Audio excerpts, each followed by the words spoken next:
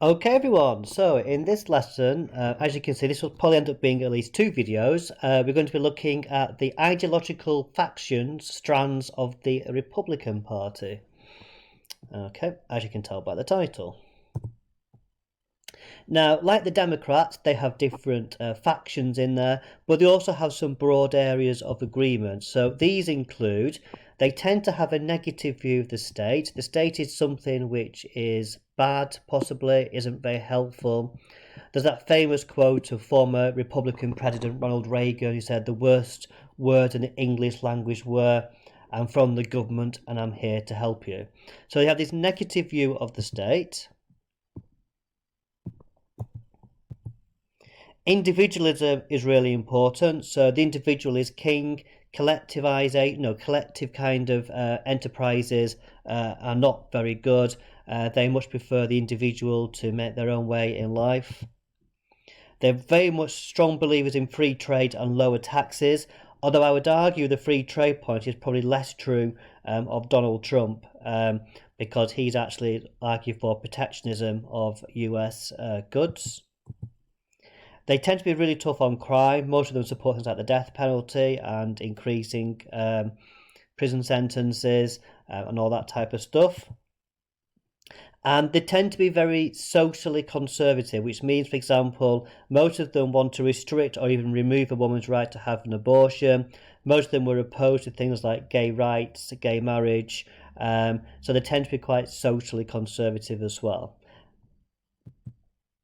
Now, there's a lot of different factions of the Republican Party. We're going to cover kind of the main ones. So most Republicans, to some extent, will argue that they are fiscally conservative. What that means is that they're very careful regarding the spending of money. So a lot of them would like to see a balancing of the federal budget, for example, i.e. the state should not spend more than what it takes in. Most of them do believe in some form of low taxation. So most Republicans tend to be fiscally conservative.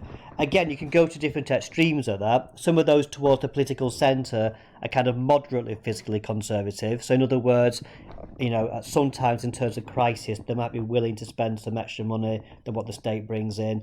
Others are not, and others actually want to cut back the government quite radically and kind of reduce all taxes down to quite low levels, that type of stuff. Most Republicans are socially conservative. Again, you get different extremes of this. Some of the ones towards the centre are more, some of them don't want to see abortion rights taken away, just want to see it restricted. Whereas on the far right, many of the social conservatives are really strong that no, all abortions is murder, basically. Gay rights is against what the Bible says. So again, you go from different extremes on both of these. Now, the three caucuses within Congress of the Republicans are the Mainstream Partnership. These are the ones who are towards the centre of American politics, towards the left of the Republican Party. These are what we would like to call moderate conservatives. Some of them will be fiscally conservative, some of them will be socially conservative, but to a fairly moderate degree.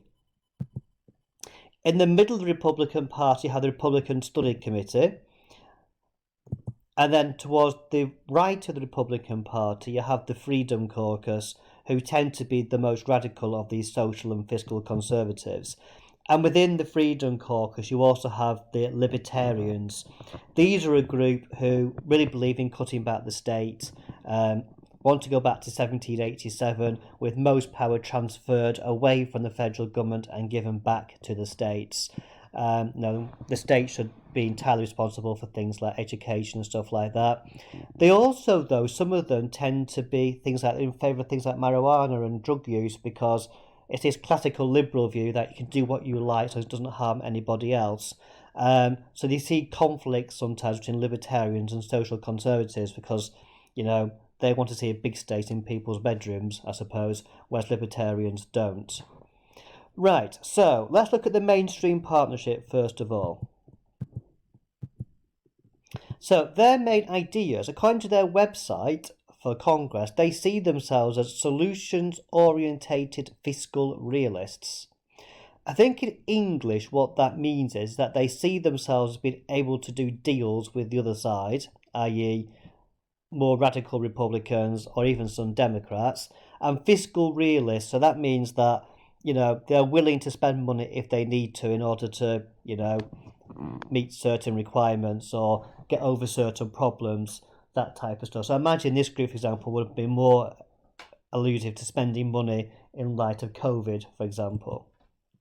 They tend to be more pragmatic, so they are willing to, be bipartisan, which means, working with the Democrats on the other side. They're willing to cut deals, that type of stuff. They're quite moderate fiscal conservatives. Many support support tax cuts. Most of them want a smaller role on the economy for the state. And they tend to be the most socially liberal as well. So some of this group are in favour of gay marriage. One or two of this group are also pro-choice, i.e. women should be able to have abortions. Again, it's not many, but there are one or two. And if they are, they're usually from this particular group. How strong they are within the Republican Party? Well, I was going to say they were perhaps the most powerful group in many respects, because most presidential candidates in those primaries have tended to come, I would say, from this kind of more moderate wing of the Republicans. So people like John McCain in 2008, or even Mitt Romney in 2012, they were fairly moderate Republicans, I would argue. Trump, though, obviously is not from this particular part of the Republican Party, and so perhaps their influence has declined quite a lot in that respect. Currently, this is before the election this year, there were 46 out of 199 House members of Republicans were from this group, so quite a sizable group. 4 senators as well are formal members of this particular caucus within Congress. Many of this group were taken out by the Tea Party in primaries. They were particularly targeted by the Tea Party to replace them with, if you like, proper conservatives. Okay, here's an example of a senator who is in this group. She actually won re-election in November this year. Senator Shelley Capito, West Virginia. West Virginia is actually quite a conservative state, and she's actually quite moderate. The other senator for West Virginia, interestingly, is a Blue Dog Democrat, Joe Manchin, and they actually are quite similar on quite a number of different policy areas. Anyway, some of the things which she has kind of stood for or argued for: she was one of 3 Republican senators to vote against Trumpcare, basically, this attempt by Donald Trump to get rid of Obamacare. So 3 senators, Lisa Murkowski and Susan Collins were the other 2, voted against President Trump regarding Trumpcare, which is why that particular law failed to pass through Congress. She's one of 3 Republican senators who has said that she supports Roe versus Wade. That's the Supreme Court case which allowed women to have abortions in America.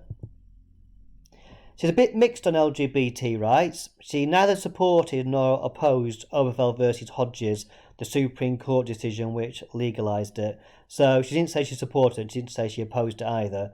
So she's a bit mixed on that, I would argue. She does oppose arming teachers. So when Trump was talking about arming teachers in light of some of those gun crimes and stuff, she did actually speak out against him and say that was a bad idea. And this is during Trump's first term. She did express concern about his tone and rhetoric during the election of 2016. Okay, in the middle of the Republican Party, you've got this so-called Republican Study Committee. They're made up mainly of moderate fiscal conservatives and fairly moderate social conservatives. By moderate, I mean they kind of go from kind of Capito line down to relatively, stronger fiscal and social conservatives.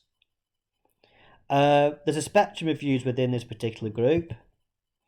And as I said, there's often tension between these two groups because fiscal conservatives want a smaller state. Social conservatives, they want a larger state which intrudes into people's bedrooms to make sure there's no gay marriage and stuff. So you do get some tensions between these particular groups of Republicans. They're the largest group within the Republican Party, 121 members in the caucus with this particular group. 0 senators, though. And as I said, this group are made up of fiscal and social conservatives. So let's have a look at the fiscal conservatives. They're very strong believers in the free market and limited state intervention on the economy.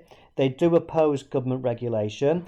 Again, you get the more extreme ones who want to get rid of all government regulations on stuff, and you get your more moderate fiscals who are happy for some kind of intervention in order to kind of deal with the worst excesses of capitalism. They do oppose a great deal of social welfare, affirmative action, which we'll do when we do about racial politics, Obamacare as well, they tend to be very much against, mainly on cost basis, and also intervening in the private sector. So they dislike it on both of those fronts. And again, you get more extremes on this. They do support cutting taxation. Most of them support some kind of balanced budget amendment to the Constitution, i.e. to make it illegal for the state to spend more than what it brings in. And most of them want a smaller state of some description, but that should actually go into other areas as well. That small state is not just economic, but should also be social as well. So like, why should the state be telling people when and when they can't buy guns, for example? And as I said before, I think most Republicans are fiscally conservative to some extent. You go from the moderate Republicans, who are the least fiscally conservative, to the far right on this. Now, this is an example of a fiscal conservative. It's Senator Rand Paul of Kentucky. He's also a bit of a libertarian as well. I'll tell you a story about him in a few moments. On his first day in Congress, like when most people are trying to find, where to put your coat and stuff, he actually introduced a bill into Congress to cut the federal budget by $500 billion. That was on day one of him becoming a senator. He supported the federal shutdown to 2013 over Obamacare. This is when they failed to pass the budget. And he opposed the $43 billion of cuts, which Obama negotiated to reopen the budget. He said that was not anywhere near enough in terms of cuts. He's a bit of an interesting character. Said his father used to stand for the Libertarian Party, which we'll come to a bit later on. He once came into Congress with his face all bashed in, and it's because his neighbour attacked him apparently because he was cutting the lawn on his sit-down mower at like 4 in the morning, and he said it was his right to cut his lawn whenever he liked. So he's a bit of an interesting character. Okay, I'll do a part 2 in a few minutes where we'll look at the social conservatives.